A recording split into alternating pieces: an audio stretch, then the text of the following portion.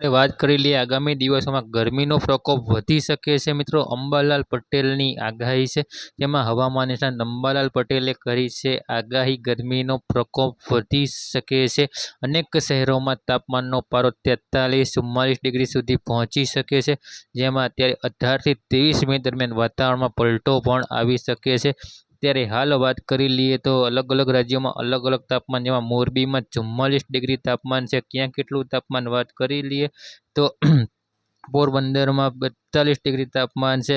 અલગ અલગ તાપમાન જોવા મળી રહ્યું છે. અનેક શહેરોમાં તાપમાનનો પારો હાઈ છે. વિરમગામમાં 42 તાપમાન, અમદાવાદમાં 43 ડિગ્રી તાપમાન અત્યારે હાલ નોંધાઈ રહ્યું છે મિત્રો. ગાંધીનગરમાં 44 ડિગ્રી તાપમાન છે. ભુજમાં 31 ડિગ્રી તાપમાન નોંધાઈ રહ્યું છે, જેમાં ઘણા ખરા વિસ્તારોમાં તાપમાનનું પ્રમાણ ખૂબ વધારે અને ઘણા ખરા વિસ્તારોમાં ઓછું પણ જોવા મળી રહ્યું છે.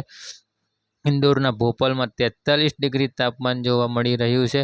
અને અત્યારે હાલ વાત કરી લઈએ રાજ્યમાં જે 42 ડિગ્રી સુધીનો ગરમીનો પારો અને ઘણી જગ્યાએ ગરમ લૂ પવન હવા ફૂંકાઈ રહી છે, જેનું જે સ્પીડ છે પવનની સ્પીડમાં પણ ઘણો બધો વધારો જોવા મળી રહ્યો છે.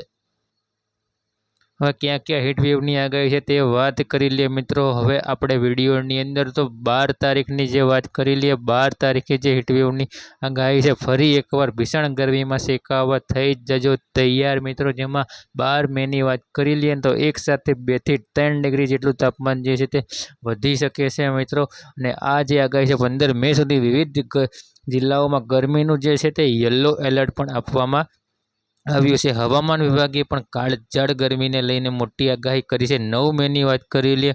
કચ્છ, દેવભૂમિ દ્વારકા, રાજકોટ અને સુરેન્દ્રનગરમાં અત્યારે હાલ હીટવેવની આગાહી છે. 9 મે પછી આગળ વાત કરી લઈએ તો 10 મે કચ્છ, દેવભૂમિ દ્વારકા, રાજકોટ અને પોરબંદરમાં પણ હીટવેવની જે આગાહી છે તે હવામાન વિભાગ દ્વારા કરવામાં આવી છે મિત્રો.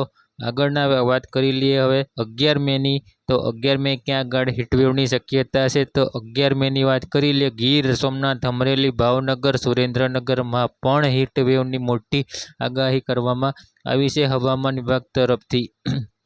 12 મેની વાત કરી લઈએ હવે તો 12 મે એ પણ વાત કરી લઈએ કઈ જગ્યાએ છે આગાહી. તો બનાસકાંઠા, પાટણ, સુરત, વડોદરા આ બધી જગ્યાએ હીટવેવની અત્યારે હાલ આગાહી છે. 12 મે અમદાવાદની અંદર પણ હીટવેવની આગાહી છે.